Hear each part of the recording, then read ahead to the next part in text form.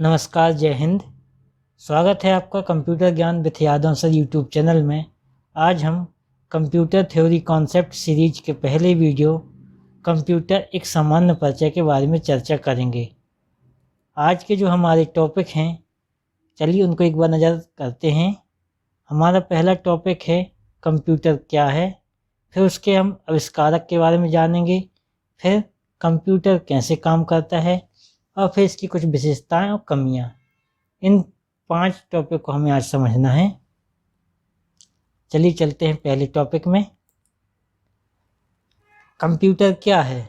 यदि हम इसे एक परिभाषा के रूप में या डेफिनेशन के रूप में देखें तो कंप्यूटर एक इलेक्ट्रॉनिक डिवाइस है जो कि यूजर से इनपुट डिवाइस के द्वारा डेटा लेकर उसे प्रोसेस कर आउटपुट डिवाइस के माध्यम से इंफॉर्मेशन के रूप में पुनः यूजर को वापस करता है। साथ ही इसे भविष्य में उपयोग के लिए स्टोर करता है। अब आप यहाँ पर देख रहे होंगे इस परिभाषा में मैंने कुछ शब्द को रेड कलर से कलर किया है, इनको समझना ज़रूरी है। इलेक्ट्रॉनिक डिवाइस, कंप्यूटर कैसा है? इलेक्ट्रॉनिक डिवाइस है। इलेक्ट्रॉनिक डिवाइस क्या होती हैं? जिनको चलाने के लिए विद्युत पावर की आवश्यकता होती है, उन्हें इलेक्ट्रॉनिक डिवाइस कहते हैं। तो दूसरा है यूजर। यूजर कौन है? जो कंप्यूटर पर काम करता है वह यूजर है, या इस हिंदी में से उपयोगकर्ता कहते हैं। तीसरा है इनपुट डिवाइस और इसी के साथ है output device. Input output device क्या है? इनपुट डिवाइस जो है वे डिवाइस हैं जिनके द्वारा हम कंप्यूटर के अंदर डेटा भेजते हैं। इन मतलब होता है अंदर, पुट मतलब पुट करना, तो यहाँ से बनता है इनपुट डिवाइस। जैसे कीबोर्ड के माध्यम से यदि हम कुछ टाइप करते हैं तो कंप्यूटर में जो डेटा जाता है फिर उससे प्रोसेस होके वो हमें आउटपुट डिवाइस के माध्यम से इंफॉर्मेशन के रूप में प्राप्त होता है। अब हम समझते हैं कि डेटा क्या है। आई होप आपको इनपुट आउटपुट डिवाइस और इलेक्ट्रॉनिक डिवाइस समझ में आ गया होगा। अब डेटा देखते हैं, डेटा क्या है। Data is a collection of unorganised fact and figure and does not provide any further information. Data क्या है? अनऑर्गेनाइज्ड फैक्ट और फिगर्स का कलेक्शन है जिससे हमें कोई जानकारी नहीं मिलती। जैसे हम एक एग्जाम्पल में देखें, हमारे यहाँ पर पहले बॉक्स में लिखा है 1GA 8EMEARHS। क्या आपसे इसको कुछ समझ में आ रहा है? इसको पढ़ के नहीं, इससे बिल्कुल कुछ भी समझ में नहीं आ रहा। ऐसा लग रहा है जैसे किसी ने अल्फ़ाबेट और नंबर को बिखेर दिया हो। यदि इसी को प्रोसेस करके एक इन्फॉर्मेशन बनाई जाए तो बन जाता है रमेश एज 18। अब देख रहे होंगे यहाँ पर रमेश एज 18, जिसे हम कह सकते हैं कि हाँ, यहाँ पे कोई रमेश नाम का व्यक्ति है जिसकी उम्र जो है 18 साल है। तो यही काम है डेटा प्रोसेस होके जो इन्फॉर्मेशन बनता है। हमारा जो पहले बॉक्स में है ये है डेटा और जो लास्ट बॉक्स में है ये है इन्फॉर्मेशन। आई होप आपको समझ में आ गया होगा मैं इसमें आपको क्या समझाना चाहता था। अब चलते हैं नेक्स्ट स्लाइड में। अब डेटा के भी प्रकार होते हैं। जैसे पहला प्रकार जो है न्यूमेरिकल डेटा, या यदि हम इसे हिंदी में कहें तो संख्यात्मक डेटा। ऐसा डेटा जिसमें केवल नंबर होते हैं। इसमें सभी टाइप के नंबर आ जाएंगे, 0 to 9 जितने भी नंबर होते हैं सभी, कितनी से बड़ी संख्या भी इसमें आ जाएगी। दूसरा है अल्फ़ाबेटिकल डेटा। अल्फ़ाबेटिकल डेटा वह डेटा है जिसमें जो शब्द रहते हैं, जो अक्षर रहते हैं वह है, जिसे अक्षरात्मक डेटा भी कैसे कह सकते हैं। कई लोग डेटा को दोस्तों डाटा भी कहते हैं, वो है एक ही चीज़, अपना अपना प्रोनाउंसिएशन है, जो जैसा बोले।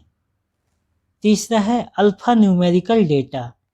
न्यूमेरिकल डेटा, अल्फ़ाबेटिकल डेटा और जो भी अन्य टाइप के सिंबल हैं स्पेशल कैरेक्टर है जैसे एट द रेट, एंड का कैरेक्टर, प्लस माइनस, ये जो है और भी जो सिंबल हैं वो हमारे आ जाएंगे अल्फ़ा न्यूमेरिकल डेटा में।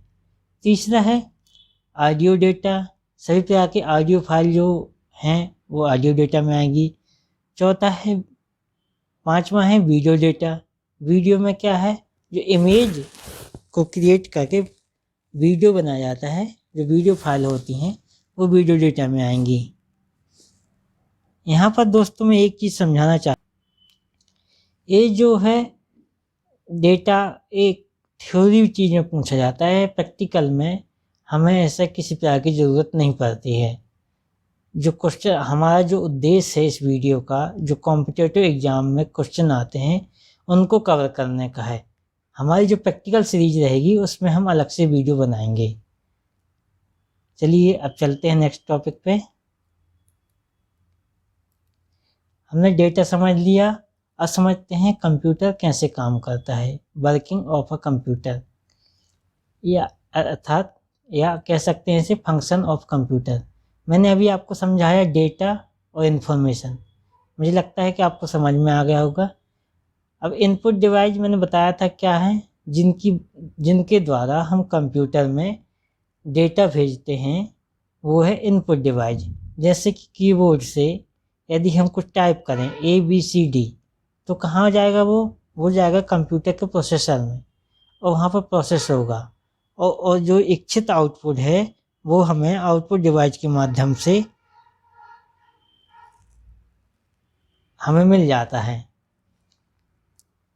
तो यहाँ पर समझने वाली ये बात है कंप्यूटर कैसे काम करता है।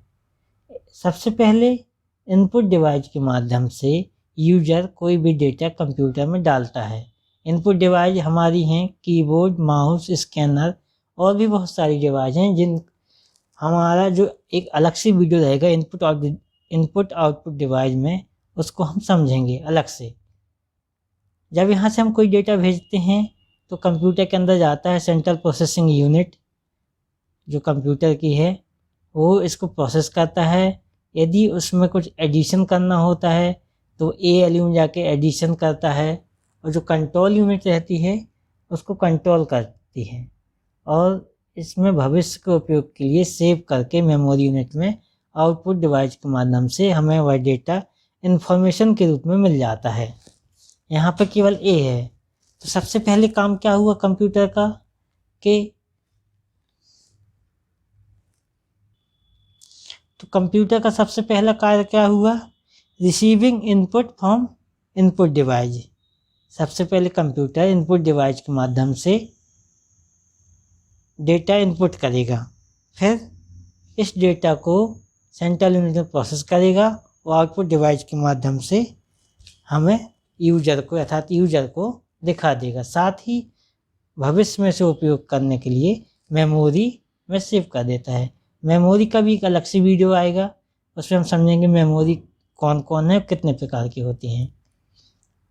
तो आई होप आपको ये जो ब्लॉक डायग्राम है कंप्यूटर का वो समझ में आ गया होगा। अब देखते हैं कि कंप्यूटर का आविष्कारक कौन है।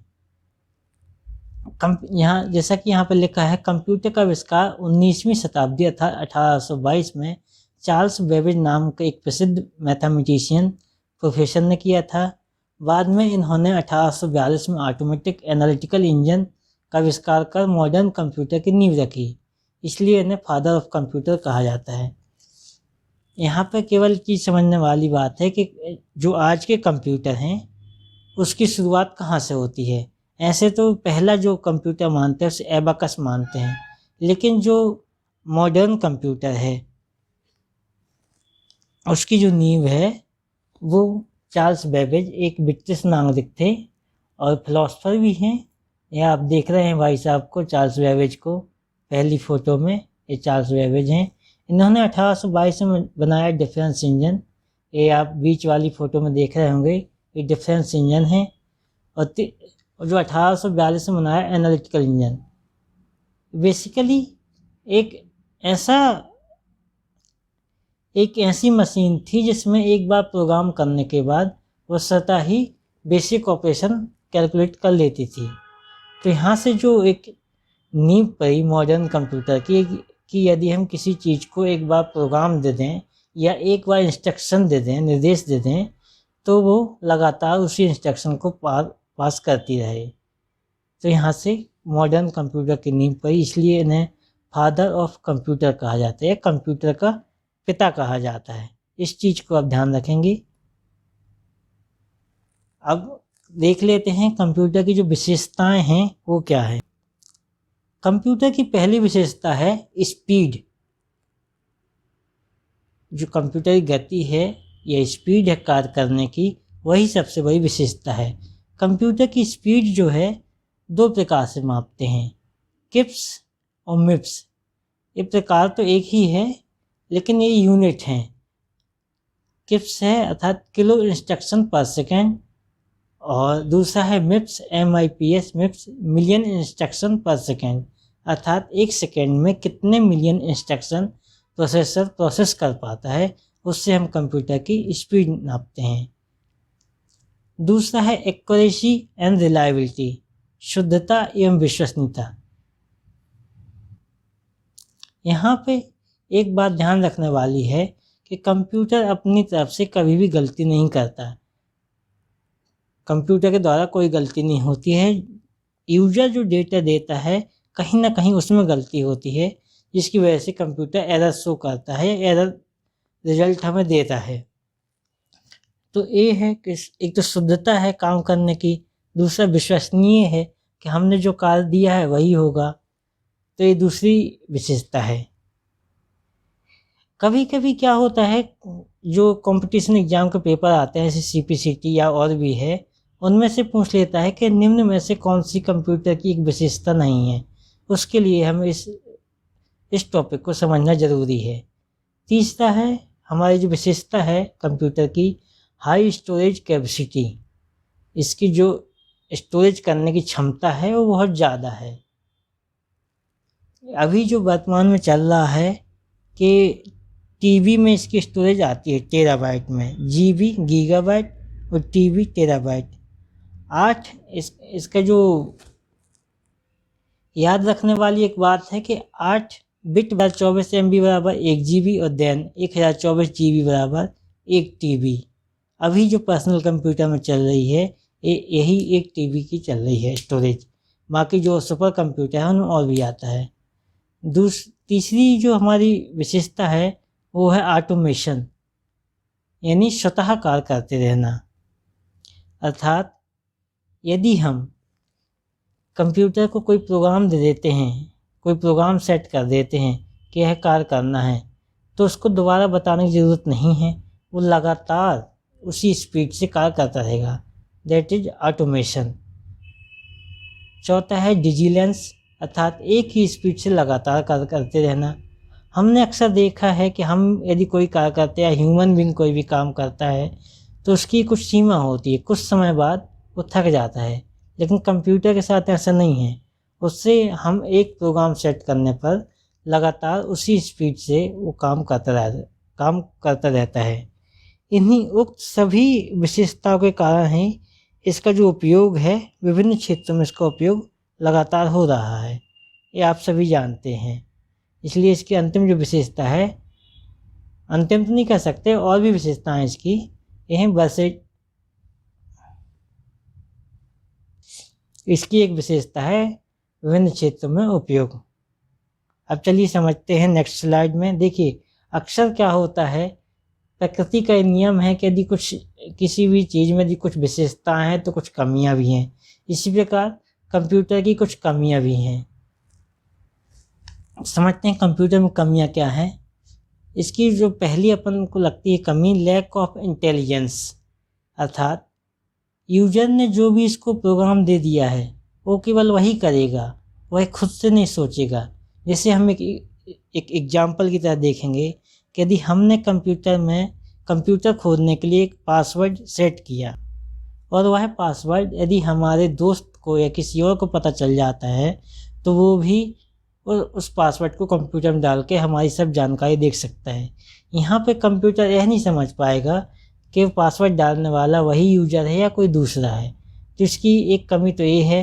दूसरा है प्रॉन टू वायरस, अर्थात वायरस से खतरा। कंप्यूटर क्या है, पूरा सेट ऑफ प्रोग्राम पे चलता है, तो उसे जिस प्रकार के प्रोग्राम मिलेंगे वो वैसा ही काम करेगा। ये नहीं समझ पाता कि ये वायरस है, ये नहीं समझ पाता कि यह वाला प्रोग्राम हम कंप्यूटर के लिए खतरा है या फ़ायदेमंद है। तीसरा जो है इसकी कमियां, डिपेंड ऑन इलेक्ट्रिसिटी, अर्थात विद्युत पर निर्भरता। वैसे तो हर किसी को कुछ ना कुछ काम करने के लिए ऊर्जा के एक सोर्स की आवश्यकता होती है। इसी प्रकार कंप्यूटर को चलाने के लिए इलेक्ट्रिसिटी की आवश्यकता होती है, तो यह भी एक कमी है। वैसे यह एक कमी नहीं है।